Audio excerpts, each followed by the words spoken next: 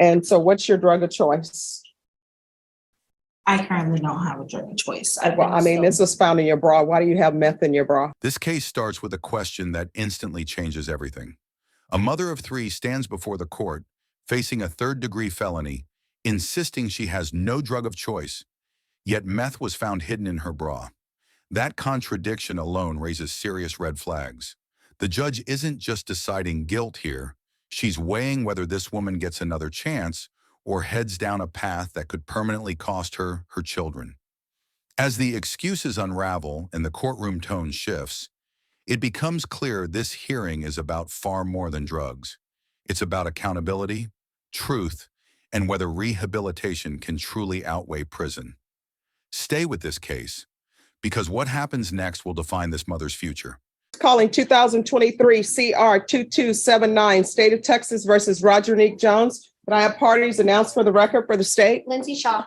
Defense? Angela Blake. Are you Ms. Jones? Yes, ma'am. Counsel, have you received all the discovery? Did you review it with your client? Yes, Your Honor. Court will find that the state is in compliance with discovery. Ms. Jones, I'm showing you what's entitled Application for Deferred Adjudication or Community Supervision. Did you review that with your attorney? Did you understand it? And did you sign it? Yes, ma'am.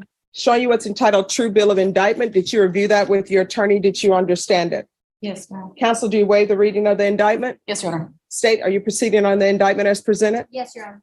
Ms. Jones, I'm showing you what's entitled Court Admonishments and Defendant's Waivers and Affidavit of Admonitions. Did you review that with your attorney? Did you understand it? Did you sign it in all the appropriate places? Yes, ma'am. Did you understand you're charged with the offense of possession of a controlled substance, penalty group 1 gram or 4 grams? That's a third-degree felony. The range of punishment is anywhere from 2 to 10 years in prison and up to a $10,000 fine. Did you understand? Yes, ma'am. If you have a plea bargain agreement with the state, the court does not have to follow your plea. If for any reason the court does not follow your plea and gives you more than you bargained for, the fact that you entered a plea will not be used against you, and you will be allowed to withdraw your plea. Did you understand? Yes, ma'am. Did you understand you have a right to jury trial, a right for you or your attorney to cross-examine and confront any witnesses the state will call in the right to remain silent?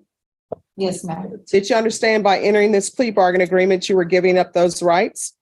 Yes, ma'am. And did you intend to give up those rights and enter into a plea in this case? Yes, ma'am. Did you understand if the court were to grant your application for deferred adjudication, if for any reason your deferred adjudication were revoked, the court could find you guilty and sentence you up to 10 years in prison and up to a $10,000 fine? Yes, ma'am. Counsel, has your client been able to provide you with any defenses? Yes, Your Honor. Do you believe she has a rational as well as a factual understanding of the charges against her? Yes, Your Honor. Do you believe she's currently competent and was legally sane at the time of the offense? Yes, Your Honor. Ms. Jones, has anyone threatened you, coerced you, or placed you in fear to get you to enter this plea? No, ma'am. Has anyone promised you anything other than the plea? No, ma'am. Are you satisfied with the way you've been represented? Yes, ma'am. Are you a U.S. citizen? Court will find that defendant has knowingly and voluntarily waived her right to jury trial. Showing you the plea bargain page. Did you review that with your attorney? Did you understand it? Yes, ma'am. According to the plea bargain agreement, there's a $1,000 fine. State recommends deferred adjudication. Did you understand that to be the plea? Yes, ma'am. Defense? Yes, Your Honor. State? Yes, Your Honor. Showing you the paragraph entitled Waiver of Appeal paragraph. Did you review that paragraph with your attorney? Did you understand it? Did you sign it in both places? Yes, ma'am. Did you understand by signing that you're waiving your right to appeal? The only items that can be appealed are written pretrial motions that have been filed, heard, and ruled upon by the court. Did you understand? Yes, ma'am. Counsel, are there any such motions? No, Your Honor. Outside the agreement, the state is recommending that your deferred adjudication be for a term of 4 years. There'll be a TAP evaluation and community service hours. Did you understand those are recommendations from the state and the court does not have to follow those recommendations? Yes, ma'am. Then to the offenses charged in the indictment, how do you plead? Guilty, not guilty, or no contest? No contest. State, any evidence? State offer states Exhibit 1 and all attachments. No objection, Your Honor. All right, state, you may continue to confer. Thank you, Judge. Ms. Jones, I'm showing you what's entitled Waiver and Consent to Stipulation of Testimony and Stipulations. Did you review that document with your attorney? Did you understand it? Did you sign it in all the appropriate places?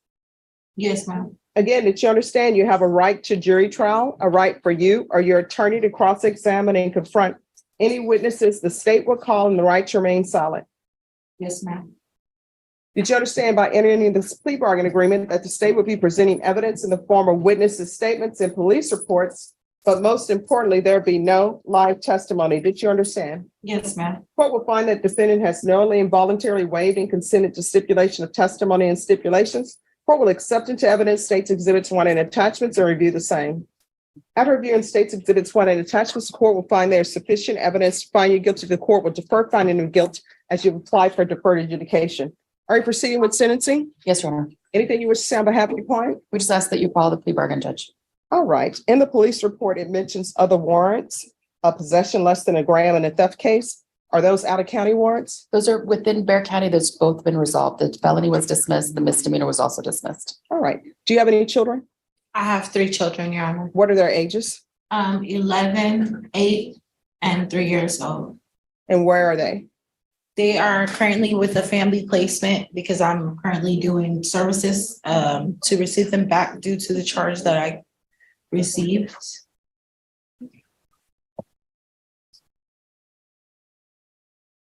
And so what's your drug of choice? I currently don't have a drug of choice. Well, I mean, this was found in your bra. Why do you have meth in your bra? Yeah, I've been sober. I did have it, but I went to Alpha Home. I did inpatient treatment. And so I have not been, but I did have it and I used to use it, but. And when were you released from inpatient treatment and alcohol? March 30th. And I'm still doing outpatient for my CPS. For my CPS caseworker, I'm still doing outpatient classes and programs. But I was probably going to be going back to complete 28 more days, just so it looks better in CPS in children's court. Who's your CPS attorney? Miss Mance. And who are you living with now? I live with my mother right now. Are you employed?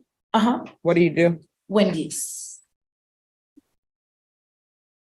You know, I don't know if I should say it or not. Wendy's burgers, I never could get used to the square. And That's how they pat them out before we freeze them, because you have to pat them out like that, and they have like a little square thing that you put on it to make them like that. I don't know what happens to the rest of the meat. Do y'all just join it with other? The rest of the meat, they cook it and they put it in the chili. Oh, okay. I remember when Wendy's first came to Louisiana, and that was a lot of money, right? So we go to Wendy's because we're like, can't go to Mr. Swift's, which was the best burger place, even though it was in Grand Cane, Louisiana. Mm-hmm. And, I don't know why we thought McDonald's tasted good, but we go to Wendy's, we're spending our last little money on Wendy's. And I'm telling you, the fact that they boil their burger. Do y'all still boil the burger? No. To keep it? No, they don't boil them anymore. They freeze them and then we take them out and put them on the grill. And then afterwards, if the meat is still in good condition, chop them up and they put them in the chili to where it can be reused instead of throwing it away. The only thing that I've ever really liked from Wendy's was their spicy chicken sandwich and their chocolate frosty or whatever it's called. Those are literally both my favorites. Although the chicken sandwich, I don't even do that anymore. I have bad memories of going on a ride after having eaten that. All right. This is what the court is going to do. The court is going to sentence you to 3 years deferred adjudication, regular reporting by Zoom or in person, proof of employment within 15 days. There's to be no employment as a home health care provider or with minors. How far did you go in school?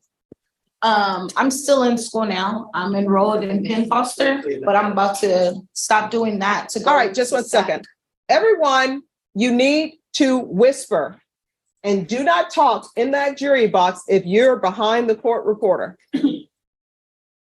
But I currently just stopped my classes through Penn Foster so I can enroll in a program because my counselor at Alpha Home, she gave me a referral to where I can do GED classes and start my college classes through SAC. So that's what I'm about to be doing. Okay. There's to be regular UAs. Yes, ma'am. Probation, I'm gonna need you to coordinate with CPS because I'm gonna want treatment for her, but I need proof that you've completed Alpha Home. So was that inpatient? Uh-huh. All right. So I'm going to request inpatient treatment with Alpha Home, but I'll note that she's already completed it, but you're going to have to provide proof to probation, okay? Okay. Are you doing any sober meetings? I do that. That's why I'm still doing the outpatient with Alpha Home. I'm no longer there because my mom, like I take care of my mom as well. So I've been doing the outpatient, but I still meet with my counselor there. I still meet with my sponsor. I go to the Tuesdays, Thursdays, and the Friday meetings every week. All right, so probation, she needs to provide proof to you that she's completed the inpatient. If she's completed the inpatient, then we're going to require her to continue with outpatient treatment through Alpha Home. We're going to do field visits one time per month. In probation, if you want to count the field visits as reporting, you can count it as reporting. And if you want to coordinate with CPS to make sure that they're doing visits and CPS does them, then those can count. CPS compliance. 300 hours of community service restitution. That will be satisfied once you've completed parenting classes in your GED. So in order to complete your 300 hours community service restitution, you need to complete the GED courses and your parenting courses, and probation, that can be through CPS. Probation, is there anything else she needs? No, Your Honor. Is there anything else you need from the court to be successful? No, ma'am. In order to the court assess a fine, we would just ask that if the court. No, I didn't. Okay. Yeah, don't reach through. You can't do that. You're just asking for trouble by doing that. Oh, just come around. I'm going to show you what's entitled Trial Court Certification of Defendant's Rights to Appeal. Did you review that with your attorney? Did you understand it? And did you sign it? Yes, ma'am. All right, because this is a plea bargain agreement, because I followed your plea bargain agreement, and because you waived your right to appeal, you do not have the court's permission to appeal. Do you understand? Yes, ma'am. All right, we can go off the record. How old are you? I'm 26. All right, you're 26. You have 3 children. Mhm. These 3 children are 100% dependent upon you. So, And only me. and only you. So if you don't do what's required of you, what's going to end up happening is CPS is going to terminate your rights, and they're going to end up who knows where with who knows who. I've done plenty of CPS cases, and what I can tell you is this. And you can take it and use it or not use it. Do not get involved in any relationships until your children are of age. And let me just tell you why I say that. Yes, this could be a hallmark moment where you meet some guy who's working at Wendy's who comes in, and next thing you know, he's a corporate CEO. But that really only happens in Hallmark. Or it can turn out to be a Lifetime movie. I like children. I think children are great. But when you have children, they're suitcases. Think of them as suitcases. Yeah. The 11-year-old is a suitcase. It's the 8-year-old, the 3-year-old. And I'm not talking about carry-on. They're checked baggage. Mhm. And then you're on probation. That's another suitcase. So any guy or partner you get with, you need to make sure that they're okay carrying those suitcases. And if they're not okay, you shouldn't be with them. I'm really just focused on myself. You should. Relationship is like, it's like the last thing in my Thank you. life. Like I'm really focused on my growth and what I need to do for myself and my kids. Because I don't want to just have a job. I want a career. I want to build stability. So when I'm gone, my kids have something. Like I don't want to just be that parent that their kids can't learn anything from. Because I was a young mom, but still that's no excuse. Right. I want you to remember what you said to me. So when you come back here, I expect all of that to be true. Okay. As my mother, her teacher would always tell them, don't end up with some joker. And my teacher in high school, Mr. Reed, would always tell us, don't end up with a joker. So don't end up with a joker. Okay. Okay. All right. Probation, we'll go over conditions with you. Judge Boyd makes a calculated decision. Instead of prison, the court orders 3 years of deferred adjudication with intense supervision, treatment, probation, employment proof, parenting classes, and a GED requirement. Legally, this means the conviction is avoided only if every condition is met. But the judge goes further, delivering a blunt life warning: stay focused, stay sober, and stay out of relationships that could derail progress. The message is clear. The system is offering structure, not sympathy. The future of 3 children depends on compliance. If you found this case as shocking as we did, hit the like button, share your thoughts in the comments, and don't forget to subscribe for more courtroom breakdowns.